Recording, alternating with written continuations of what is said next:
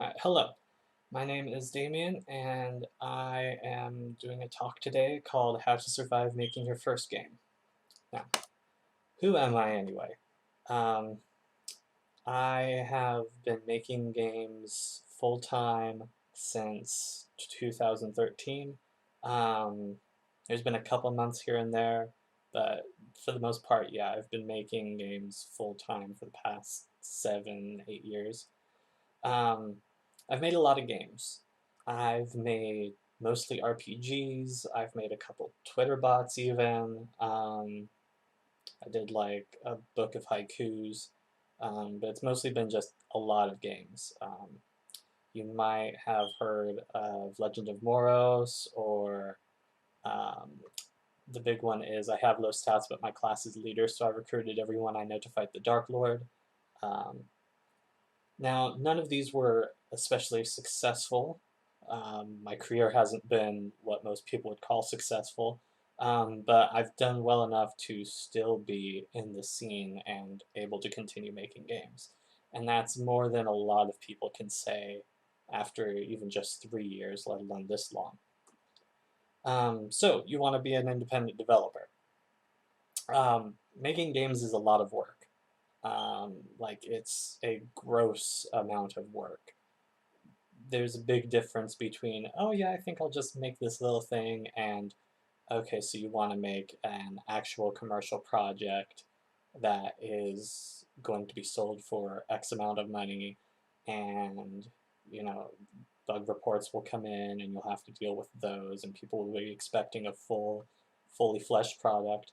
Um, so there's a lot to do, and you can't really know about all of it until you've actually done it. So here's some stuff to keep in mind, and this isn't going to be so much about talking about art or design or any of that. This is going to be more about you and the decisions that you have to make just around the game in general. Um, First off, game title. Lots of people do, you know, X of Y. It's a standard sort of. It's a simple title. It gets the point across, but there's so many people that do it. Um, Myself having done that already with a couple of my games, um, it's boring. It's easy to gloss over. Nobody really looks at one of those titles and goes, "Oh, okay, let me actually see more just based on that information."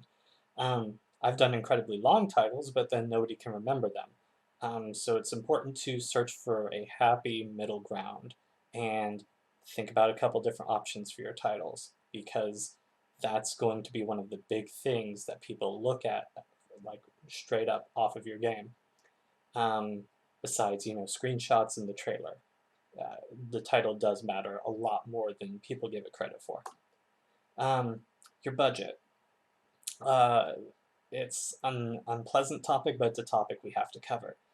Um, because in the end, in order to stay in business, you have to make more money than you're spending on the game.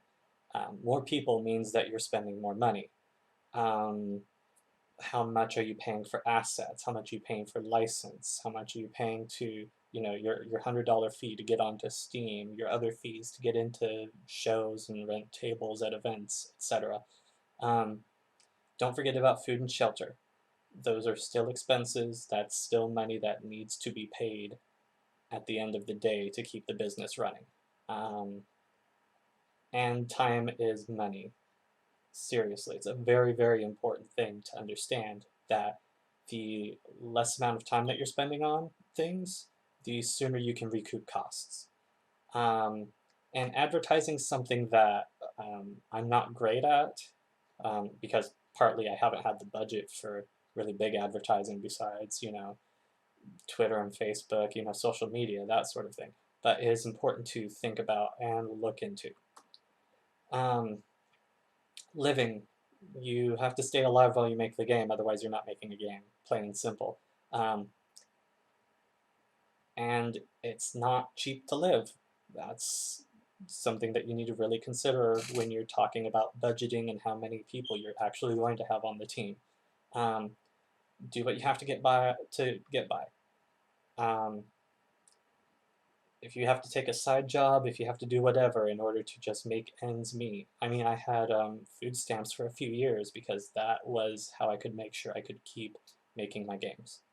Um, Apply for stuff. If there's no penalty for applying, if there's no fee to apply, why not apply? There's, I mean, it costs a little bit of time, but whatever. You may as well just give it a shot, and if you get in, then great, and things work out. Um, Also important to have hobbies. At least do something that's not related to games in some way, even if it's just going outside for a walk, you know. Um, if you're too close to games, then you start to get dull and boring and just more about that. And it's important to have some amount of breadth and scope in elsewhere in your life. Um, Again, talking about how many people do you actually need? Do you need somebody to code as opposed to buying an engine and buying code to use for the engine? I mean, Unity Store has some great pickups. I haven't looked into Unreal too much because I mostly make 2D games, but I'm sure there's stuff there too. Um, Assets versus wages. Is it cheaper to pay somebody to do this, or is it what you can just pick up off of itch.io or something going to work just as well? Um, Also, time versus money. Again, we're looking at how much time is it going to save you? How much is that time worth? Um, because the faster you get a game out, the sooner you can get sales. The sooner you get sales, the sooner you can start making up the expenses from when you weren't selling anything. Um, the size of the game. How big is what you're making? Honestly, are you trying for a 40-hour epic RPG, or are you trying for a single floor roguelike? Which a roguelike, there's still going to be, you know, generations, algorithms, etc., that you're really going to have to work on polishing and making well. Um, but I want to talk quickly about minimum viable product, or MVP. MVP is about getting the bare essentials across in the game for people to play and to get feedback on. Because if it's not good at the very base level, it's not going to be good once you polish the pixel art and add all the sound effects and whatnot. Um, Also, it's important to, at some point, quit polishing and just ship it and move on, because you're going to try for making something perfect, and that's just not possible. Um, People talk about the 90-90 rule, how, you know, 90% of the time is spent making the first 90% of the game, and the last 10% of the game also takes about 90% of the time. Um, what we're really talking about with this rule is the fact that 20% of the tasks that you do account for 80% of the profit and people's interest in the game. Um, a lot of people make crafting systems or really excessive skill trees in their game when people really don't care about that sort of thing sometimes. With some games, it's appropriate. With other games, that's not really what they're there for.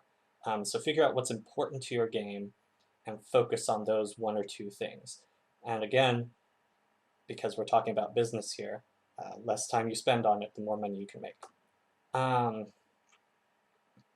Testing. Test early, test often. It's easy to get wrapped up in what you're doing, um, or there's people that actually enjoy playtesting their games and then they spend too much on it and they're not actually developing it much.